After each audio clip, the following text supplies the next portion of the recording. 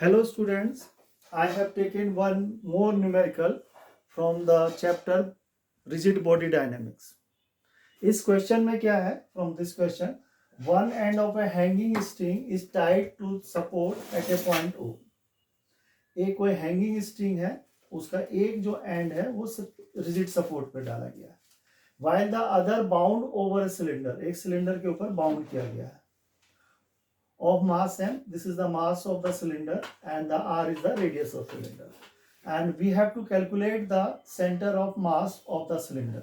मतलब हमारे को क्या निकालना है? मास दिया हुआ है, रेडियस दिया हुआ है और इसका AC निकालना है, एंगुलर इसका acceleration of centre of mass क्या होगा. तो अल्फा निकालेंगे पहले, उससे भी निकाल सकते हैं.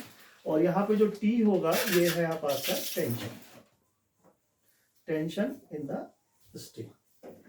तो कैसे निकालते हैं? यहाँ पे हम लोग फ्री बॉडी डायग्राम देखें तो जो टेंशन होगा वो इसके थ्रेड में होगा और वो जो थ्रेड होगा वो इसके ऊपर जा रहा है, तो इसका जो पॉइंट ऑफ कांटेक्ट होगा जहां पर टेंशन लग रहा होगा वो P होगा, और वेट ऑफ द बॉडी जो है वो उसके नीचे की तरफ लगेगा, वो सेंटर ऑफ मास पे लगेगा. तो इस पे जो रोटेट कराने वाला जो एजेंसी है वो है सिर्फ और सिर्फ टेंशन. तो tension will create the torque, not the mg. तो पहले हम लोग न्यूटन का लिख लेते हैं नो सेकेंड्स लॉ का. न्यूटन सेकेंड लॉ क्या कहता है? Summation F is equal to ma. यहाँ पे फोर्स जो है हम लोग y डायरेक्शन का लेंगे, तो यहाँ पे y में क्या है? mg नीचे की तरफ जा रहे हैं, टेंशन ऊपर की तरफ है, इज इक्वल टू ma. ठीक है, एक तो ये इक्वेशन बन गई. दूसरा टॉर्क इक्वेशन लिखेंगे. तो टॉर्क में क्या है? कौन घुमा रहा है? इसका टेंशन घुमा रहा है. तो tension T is equal to R radius is equal to I alpha, और T is equal to I alpha. Alpha can be A by R, तो ये हो जाएगा R स्क्वायर. तो इसकी वैल्यू T की वैल्यू हम लोग क्या करते हैं? फर्स्ट इक्वेशन में सब्स्टिट्यूट करते हैं. तो mg is equal to ma plus T and mg is equal to ma and T is equal to कितना हो जाएगा आपके पास? IA by R square, IA by R square. तो यहाँ पर क्या है? हम लोग ma is taken outside, ma को बाहर लिखेंगे तो 1 plus I by m R square ये आ जाएगा. सो m से आपका m कैंसिल हो गया, तो आपका एक्सेलरेशन जो होगा वो कितना आ जाएगा?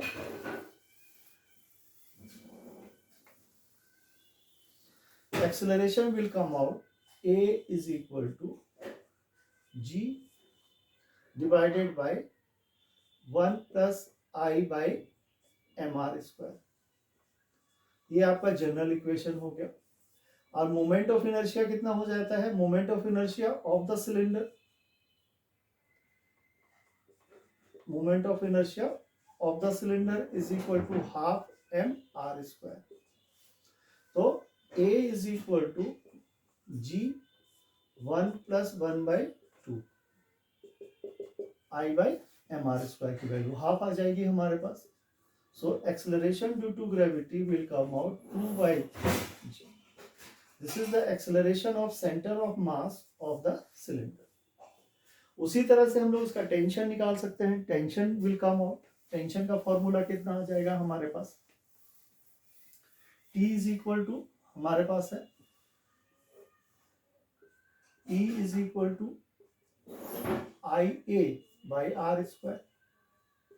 सो T is equal to I by R square, और A की वैल्यू लगाएंगे यहाँ पे तो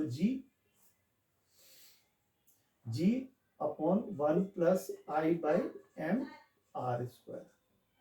तो tension will come out mg 1 plus M R square by I. ये जनरल फॉर्मूला हो गया इसका टेंशन का. तो सिलेंडर के लिए कितना हो जाएगा? M R square by I is equal to 2. So tension will come out. इसका जो टेंशन होगा T is equal to mg is equal to 1 plus 2, so T is equal to mg by 3. This is the tension produced in the string. तो question कैसे था, फिर से एक बार समझ लें कि क्वेश्चन क्या है। एक सिलेंडर है, सिलेंडर को इस तरह से टाई किया गया है और एक हिस्सा जो है उसका ऊपर इसके रिजिड सपोर्ट पे बांधा गया। तो जब ये नीचे गिरना शुरू होगा तब उसमें एक्सेलरेशन क्या होगा, तो एक्सेलरेशन जो होगा कांस्टेंट आएगा और टेंशन भी कांस्टेंट होगी। तो उसकी वैल्यू हम लोगों को निकालना है। तो ये जितने भी क्वेश्चन किए गए हैं, यहाँ पे टॉर्क का सामने से नजर आ रहा है हमारा भी, टॉर्क इक्वेशन से हम लोग सॉल्व कर सकते हैं और न्यूटन लॉज ऑफ मोशन से भी हम लोग इस क्वेश्चन को सॉल्व कर सकते हैं। वर्क एनर्जी मैकेनिकल एनर्जी से भी सॉल्व किया जा सकता है, कंजर्वेशन ऑफ मैकेनिकल एनर्जी से। तो जो भी आपको अच्छा लगे वो करो, पर ये क्वेश्चन जो है मैं सोचता हूँ कि यही एक तरीका है, बेस्ट तरीका है इसको सॉल्व करने का। Thank you.